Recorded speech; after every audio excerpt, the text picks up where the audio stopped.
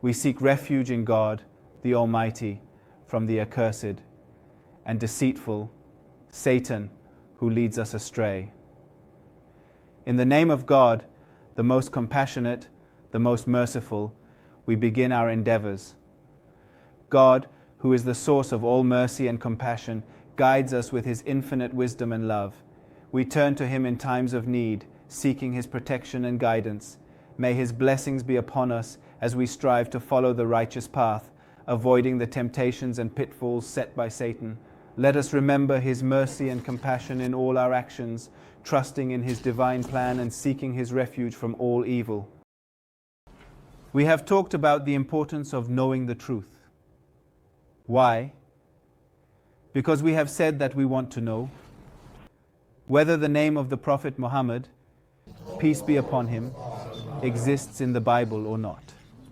When a person says, I don't care about the truth, then we need to provide an introduction that emphasizes the importance of knowing the truth. Thus, we have given an introduction that indeed highlights the importance of knowing the truth.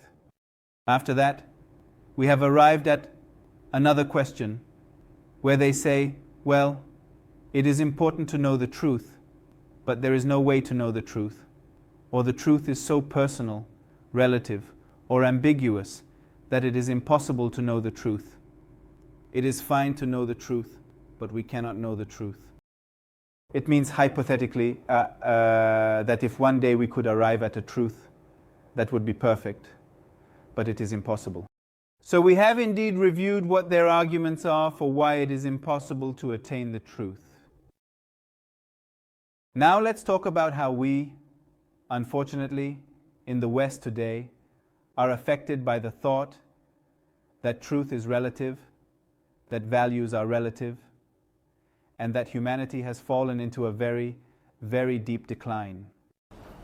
And we have explained some consequences of that view of the impossibility of reaching the truth, or having a relative truth, or having an ambiguous truth, or suffering from a lack of discernment in being able to know between truth and falsehood. Yes, let me conclude everything in 2 sentences. Very simple. Look, brother, where is the problem? Is it in knowing the truth or recognizing the truth? Again, is it about knowing the truth or recognizing the truth? Let's see what the difference is. If the problem lies in knowing the truth, we are excusing all desired human beings because we have never been able to know the truth. Therefore, we are not guilty. When I have not known it, I have not known her, I am not going to follow her, it is not my fault. I do not know. I did not know. That is to say, if a person emphasizes what they have not been able to know, their ignorance is justified, as are their faults, their failures, etc., and their rejection of the Prophet Muhammad, peace be upon him. But when one knows the truth well and does not recognize it due to their interests, that is another matter. Then they are culpable. No one can reject knowingly.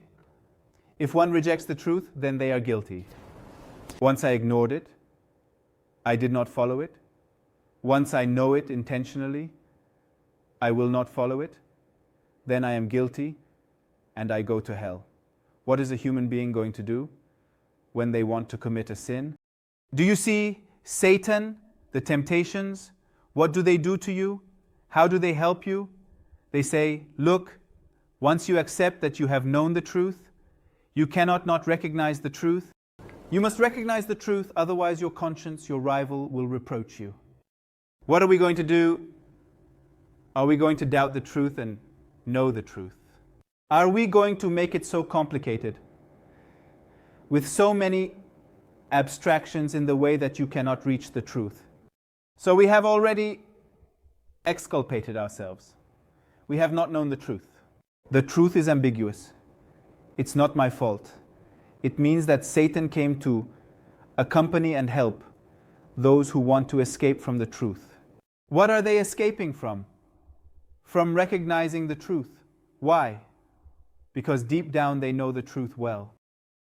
Shall I tell you why you haven't arrived at the party, even once? You say you didn't have the address, but there was a time when you had the address and didn't want to come. In which of them is the person guilty and did not want to come? Do you see? I didn't know there was class. He excuses himself. I knew there was class. I was awake and I didn't come. So what? Then he is culpable. Then Satan, helping those people. The sacred Quran explains to the human being, although it leaves excuses that they did not know the truth, but he knows the truth deeply. The human being has full, we can say, complete knowledge of the truth about themselves. Who they are, their origin, and that God is pre-installed within them. When you buy a PC, everything is pre-installed. So you're not going to say, oh, I didn't have it. You had it. Your PC crashes. Once all of that is taken away, that's it, the plan is set. You can't say you didn't have it if you had the capacity to be human. God had pre-installed it for you. The Holy Quran will never emphasize that God exists. Never. Because it says this is pre-installed. You seek the Holy Quran. The Holy Quran fights against associating partners with God. What the sacred reproaches to the human being is, say there is no God but God. It does not say Allah. We do not have a statement that says Allah exists. Allah is present or anything like that. No one talks about it. It is important because everyone knows that Allah is present, God exists. The struggle is there is no deity but God. There is no divinity alongside God. You should not associate your passion for Satan with God. This type of mixed religion that we partially obey Satan and partially obey God, this is the problem. Well, now back to the topic. We already know the problem. Where do you want to place the weight of the problem? In knowing the truth or in recognizing the truth? No. Where do they want to place the burden? Let them say together, to know the truth. But we are going to say, look, the truth is too clear. The problem is that you do not want to recognize it. Now, let's return to the topic. Unfortunately, in the West, what happened is that they questioned the existence of truth. All those doubts that truth is relative, that truth is a subjective view of the person, of their perspective, of their opinion, that it is a mental concept, not real, etc. All of those nonsense that exist, with great respect towards the philosophy of the West. The outcome of this philosophy is important as it determines where humanity is headed. Isn't it true that it leads us to have science and technology? But science and technology were also present in the Islamic world before the colonizers arrived. Right? How many of the fathers and founders of various sciences are Muslims? So it is not just that philosophy. It is like we could say, exaggeration, or rather a great lie. Isn't it a lie to say that since we have separated from God, we have been able to grow? Since they have worked hard, they have achieved a result, period. That does not depend on how you believe. Who believes will achieve results. Whoever sows will reap. It is clear. Organized work yields results, regardless of your faith. Of course, as soon as you do it with malice, technology will be like today's cancer medicine, cancerous products, war technology, policies of poverty, theft, usury, perversion, lesbians who will be presidents, gays who are proud to be so decadent with such moral decay. That is the result of that philosophy of questioning the truth. Well, now we want to continue with the consequences of that view of questioning the truth. There are people who are believers, whom we have called believers who accept that the truth is already ambiguous. They cannot demand anything. They would accept secularism.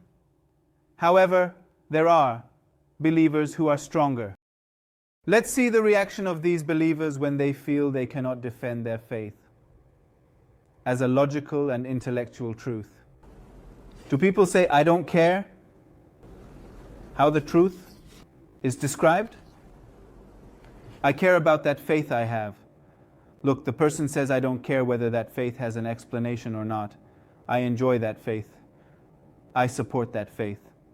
Once you say that you can support your faith, dialoguing with others in a logical and intellectual way, that person will never fall into fanaticism and violence because you are showing a believer who wants to defend their faith right.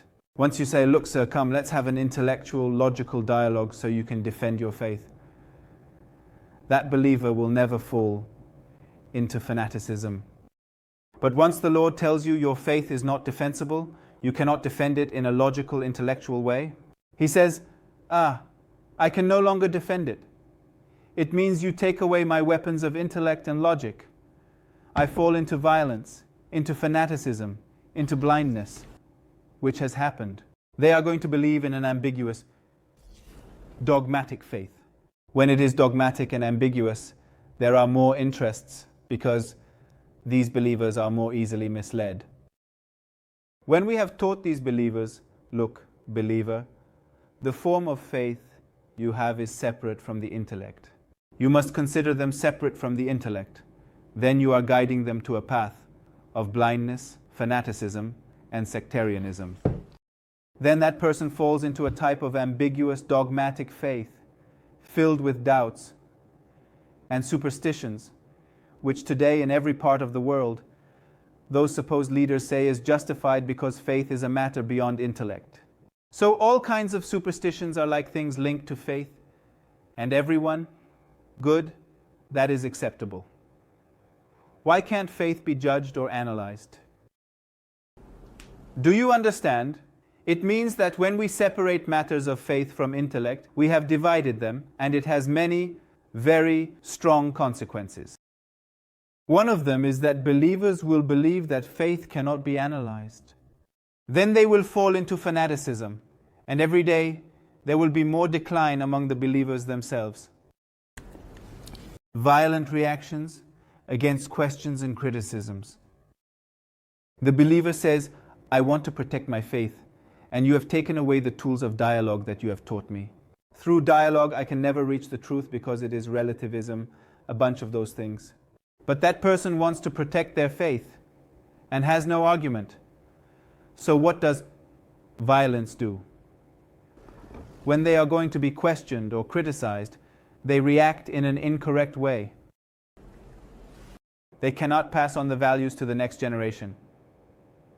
Dad, shut up. Dad, this, shut up. So, next generation, why have we gotten ourselves into this?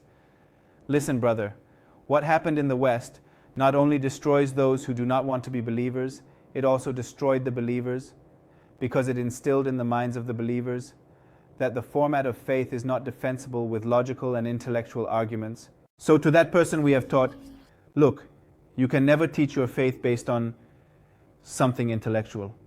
So when you want to convey this, how can you pass it on to the next generation?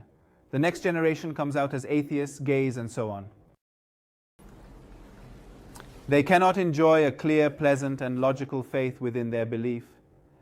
They will suffer from the doubts of what we have discussed. They cannot spread their faith and religion in an intellectual manner. They fall into religious fanaticism and sectarianism.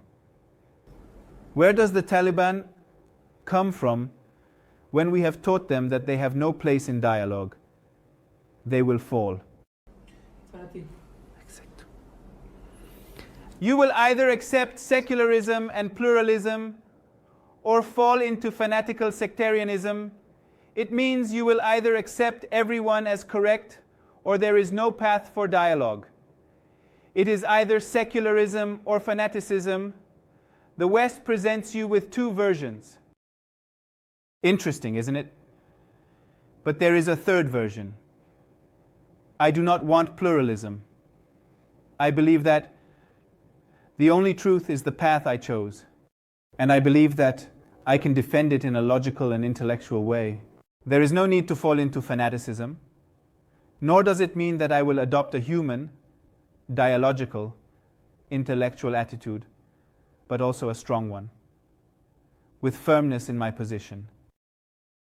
Look, two paths that the West presents, both of which are misguided paths, lost in fanaticism, dryness, and dogmatism. On the other hand, secularism, pluralism, relax, it doesn't matter, meaningless religions, religions with nothing.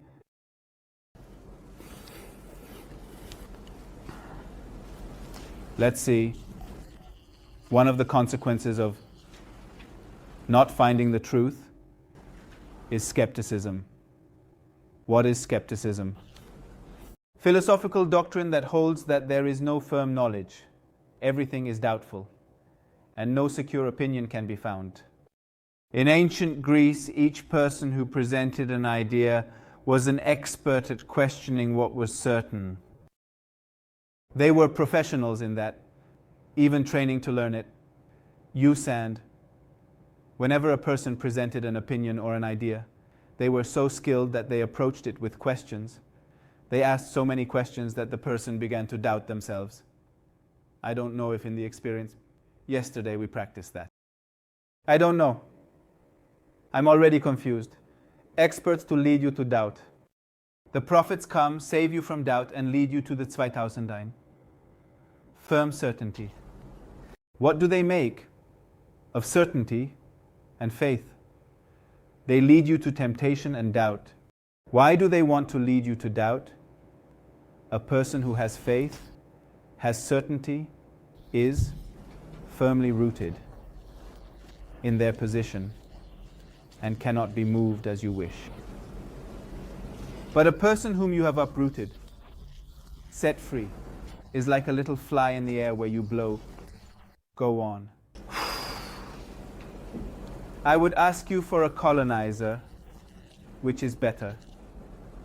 A firm believing community, or a group of lost, perverse individuals who have no clear ideas.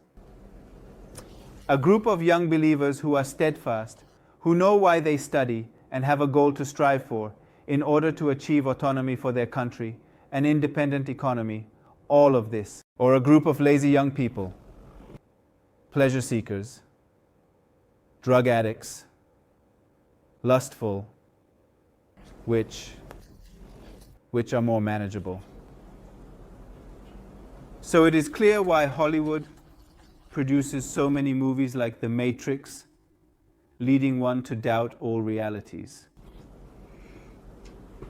Leading you to believe that everything you hold certain is superstition. Leading you to doubt that your certainties are reliable. Why? When you do not have a solid foundation to defend, you do not belong to any nation, so which nation do you want to defend? Nothing. Period. Don't you have family that has a root, that has a nationality? Then what? So when I don't have a family, in order not to have a family, what should we do? Destroy what is the family 2000, which is man and woman. Then we need to do so much advertising that there exists another format of family, supposedly that is not a family. So if we spread this topic more, we are further destroying the family. When they become people without family, without roots, they are more manageable. Rootless labor is slavery. Thus, we will speak clearly about slavery. A school based on not affirming anything, only expressing opinions. Philosophers today, as many are, do not affirm anything. What if we said such and such? And again, it tells you when you want to reach that opinion, right? It could also be said about TD, and again, and what do you say in the end? Nothing. The only thing I was trying to do was to put you in doubt. We have already reached the conclusion. Suspend judgment in investigations. They suspended judgment in investigations. That is to say, you can never conclude anything. We seek a conclusive argument, they seek an inconclusive argument. Skeptics may indeed even doubt the reliability of their own senses. It's hot. Maybe it's cold. You're hungry? Maybe. You're not hungry. You're so fed up that you feel hungry. Thus, the truth a person leads you to that state. It is a total psychological illness. What we talked about yesterday, while being outside seeing the sun, is at night. Argue with me that it is daytime. Go ahead. What am I supposed to do? You are seeing the sun and saying that it is not night. So the sister said, that sunlight, do you see it? It can't be that it's a big lamp. When a person does not want to recognize even the most basic truths that are evident to them, what does Abu Abd al-Sina, Avicenna, know to say? The only answer is a stick. When you're going to hit him on his tail, oh, it hurts me. So there is something, right? Or is that also relative? Oh no, that is relative. Or do you want more? No, for God it is not relative. It rises up. So there is certainty in that. Let's get started. If you exist in your existence, it is from yourself or this other place, that's where we are going to arrive. We reach God. From there, we will stake. First key. From there we start. We take it to this church. Point. Avicenna says that when a person rejects what is as clear as the senses, their own senses, when they reject it, there is no other remedy of arguments, only a stick. A stick. Is that how you are going to put it? Then the person begins to tear away. Skepticism. Religious doubt also exists. On the other side, concerning the religious principles of immortality, providence, revelation, the existence of deities, etc. For example, a prophet. I have received the revelation. I have seen the Archangel Gabriel. He gave me the message. So these contemporary types exist. They say, look, the prophet was supposed to have received revelation from the Archangel Gabriel. Perhaps he had seen a dream and he himself could not detect that it was in the dream, leading him to the certainty of another person over his own doubts. To reject a truth, once again, we will see they cannot say that the truth exists and that we do not recognize the truth. They must question the truth. I cannot say that God sent his Archangel Gabriel to the Prophet Muhammad, peace be upon him, who received the Holy Quran, and then reject God, reject what he has sent. No, that is ugly. What am I going to do? Am I going to doubt whether God exists? How could you affirm to me that God has sent you an angel as a prophet of Islam? How could I differentiate between a dream, which is true, an imagination, an illustration, and spiritual things? This will make you doubt. So when you doubt, look, we do not know if it is from God. If it were from God, we would obey it. This is not for today. In the Holy Quran, when the prophets went to the unbelievers, or rather to the polytheists, saying that I am from God, from parents, then they would say, how are you? A normal person. Where is the army of angels that accompanies you? Molako. What is wrong with you that you walk in the markets, eat, sleep, and get married? If they are prophets, they should be supported by thousands of angels. I don't know what things. Sufism, not Sophism, Sufistai, Sophism. The Sophists did not believe in the ideal of absolute truth and prioritized the concept of utility. Look, absolute truth cannot be reached. It is relative.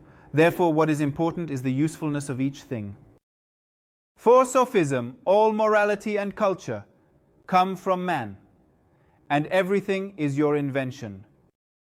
And this concept led them to break with traditional thinking, which brought them to a skepticism and subjective relativism. This dates back to the time of Socrates. Look, back then all of that existed. It means that human beings, those who sought Satan, and the temptations and doubts have not changed in their nature. It means that the deceptions are the same as thousands of years ago. This means that Satan has not updated his formulas, which would have happened about 4,000 years ago, and he continues to do so to this day. And the worst part is that some human beings allow themselves to be deceived by this ancient temptation of Satan. The most questioned sophistic method was the teaching of the 2000 heuristic, or the art of persuasion. It means it doesn't matter the truth, tell me to pay me, I am going to impose that truth that you want. For example, they were lawyers, so who killed whom? It doesn't matter. Pay me and I will prove who killed whom. They said the truth is so relative that you can invent the truth. You sent, do you understand? I was saying, well, this is green, all right? Let's argue that it is green. It depends on who pays me more. How? The lawyers then said, it is the art of persuasion, putting a conviction in someone's mind, making them want something. Obviously, in practice, this skill could mean that an unjust cause appeared just. Lawyers did it. A question. Contrary to the desire to reach the truth of the ancient philosophers made every possible effort to arrive at the truth. Say, it is in vain, a futile effort, because we seize the truth and we build it, we fabricate it. Pay me and I will invent a truth for you. Do you understand me? Because through linguistic power, mastery of words, talks and sermons, that person can convince you. Have you seen people who easily convince others? They said, look, through that power we can then prove what is not true is true. Therefore the truth is not important. Also, when we reject the truth, it means that God, the truth, no longer exists. What does it facilitate for me? In the sacred Quran, the human being seeks his ambition, his lust, his passion. Therefore, he is knowingly ignoring God. One of the results of saying that there is no truth is hedonism. What is hedonism? Ethical doctrine that identifies good with pleasure. What things are good? What gives you more pleasure? Especially with immediate sensory pleasure. Tendency to seek pleasure and well-being in all areas of life, such as happiness consists of living in continuous pleasure. Nowadays, humanity has returned to thousands of years ago when they sought hedonism. It is suggested that personal desires should be satisfied immediately, regardless of the interests of others. Supposedly today they say it is important, but in practice, many people, especially many of today's youth, are hedonists. It repudiates religion, foundations in conduct and judgment through experience and reason. Thus, they anticipate the positions of later humanism and enlightenment. Do the answers to the hedonistic questions reveal what happens when a person responds immediately to bodily pleasures? Their spirit weakens. That if we are taking away your power, we are going to enslave you. The spirit will be a power in the hands of material pleasures. When a member moves, everything is, Lord, where are you taking me? That if the choice of a little member is going to change your destiny, until today you lived with someone, but now that you have had attraction, you are going to change. You are going to betray your wife. You are going with another person. Why? Because I do not follow intellect or the teachings of the prophets. I am a hedonist, even if I do not know the name. What is important in practice is that many people are like this. The answer to the hedonistic pursuit of pleasure is an innate need for perfection. When you consider it this way, as it serves your perfection, it is good. As it goes against your perfection, it is bad.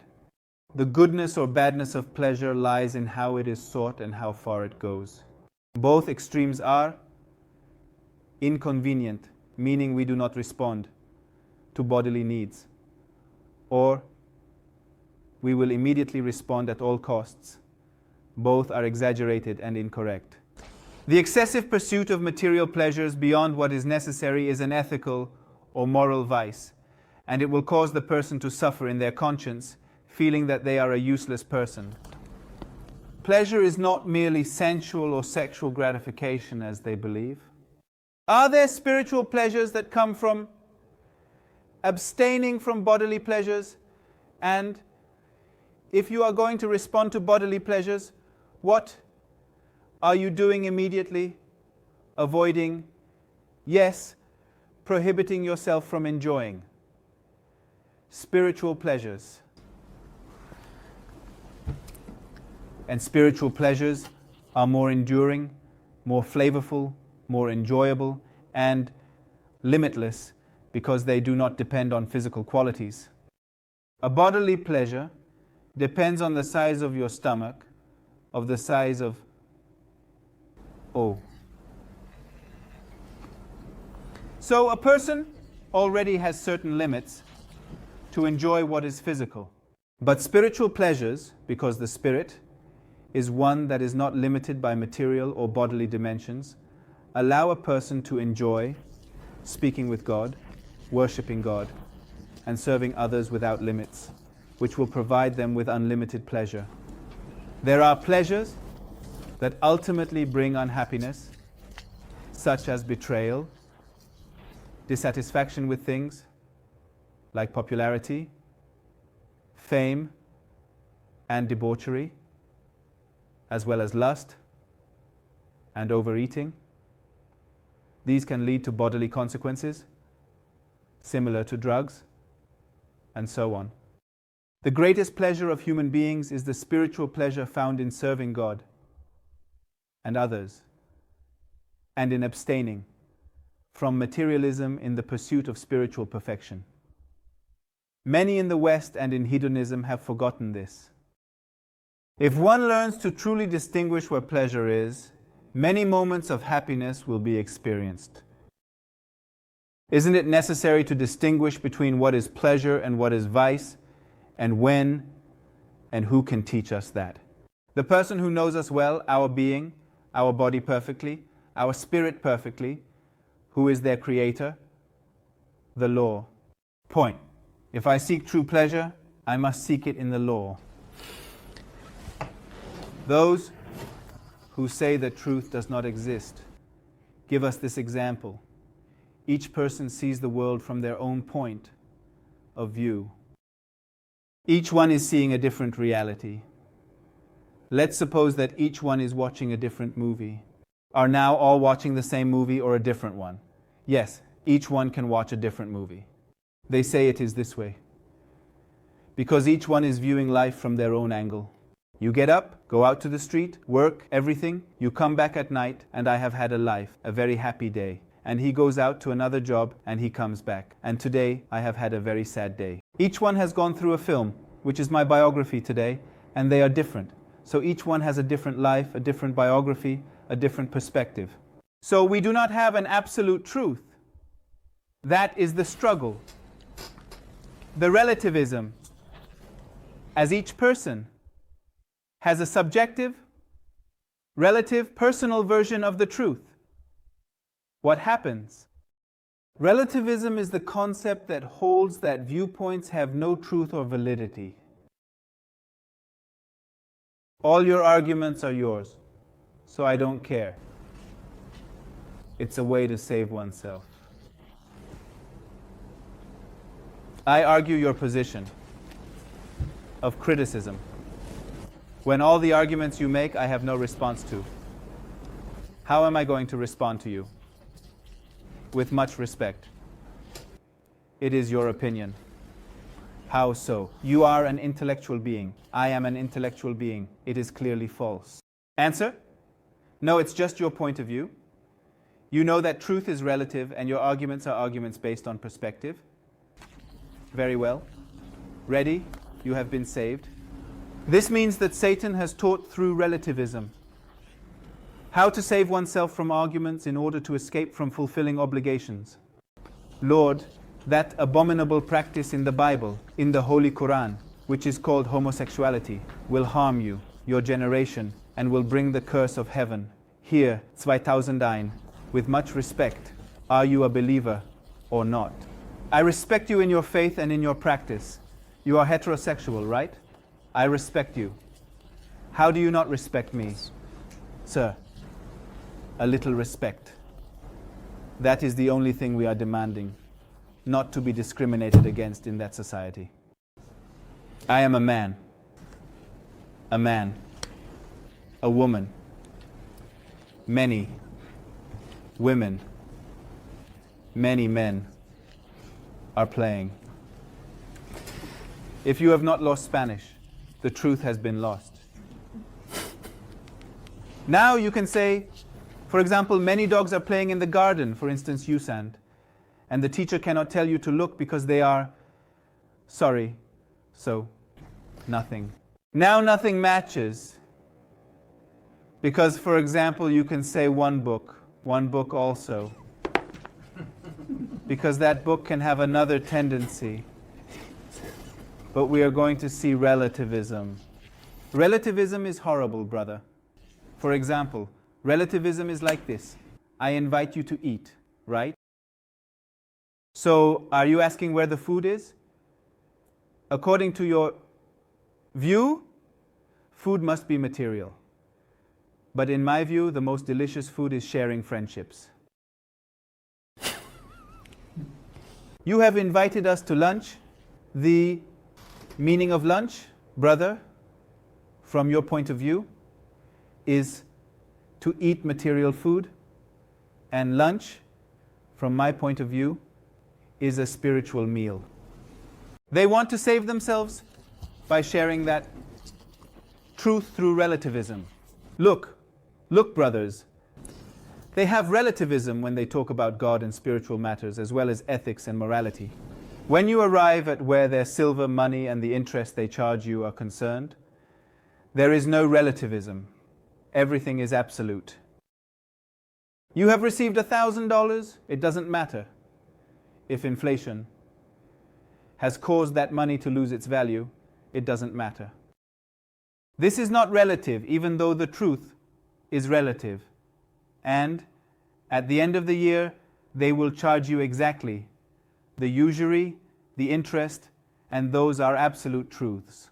It's interesting, look, let's see where Satan is a justification for falling into sin and then cleansing oneself, supposedly, when, for example, one is fornicating, saying, Lord, it's ugly, it's a betrayal. That is according to your point of view. Are you a believer? No. But from my point of view, that is a purer love, without commitments. How nice he is not going to put it. More than anything, relativism always gives a poetic aspect, a poetic touch to things or personal justifications. There is no truth, just a subjective and relative validity to different frames of reference. There is no objective truth.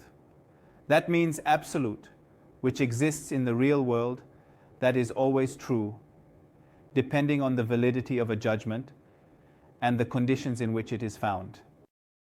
There are no absolute good or evil, but rather they depend on the circumstances and the people. Therefore, you cannot judge anything. Based on the latest advances in quantum physics, they say that it is not possible to predict an electron or how it is moving. The position of an electron in an electron cloud around a nucleus is unpredictable, or rather, more unpredictable than ever. You can say, at one moment, an exact instant, an electron where that cloud of electrons is located around neutrons and protons. You understand then from this that everything is possible in these movements. Then that possibility will come to the world.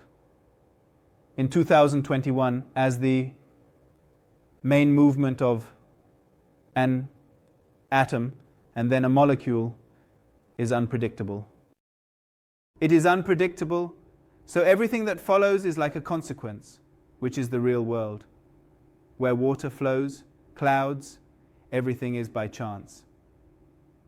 Or randomness, or better yet, relativism. Let's say, unpredictable, assuming that everything is relative to that movement, right? That movement is already relative, isn't it? So everything is relative. We say everything has its own rule and its own standard. That electron, due to your mental limitation, cannot be predicted by you, but God knows it. God knew that this electron is now passing from that point and has a rule that you have not yet discovered. When you have not discovered it, you say that it is by chance or coincidence. It's something relative. Who invented that interesting idea? Einstein, Mr. Einstein, a Jewish Zionist. One of Einstein's books that I recommend reading is called Evolutionism. He dedicated the profits from selling that book to Israel, brother, to the Hebrew University of Jerusalem. Shalom, and peace be upon you, and the mercy of God.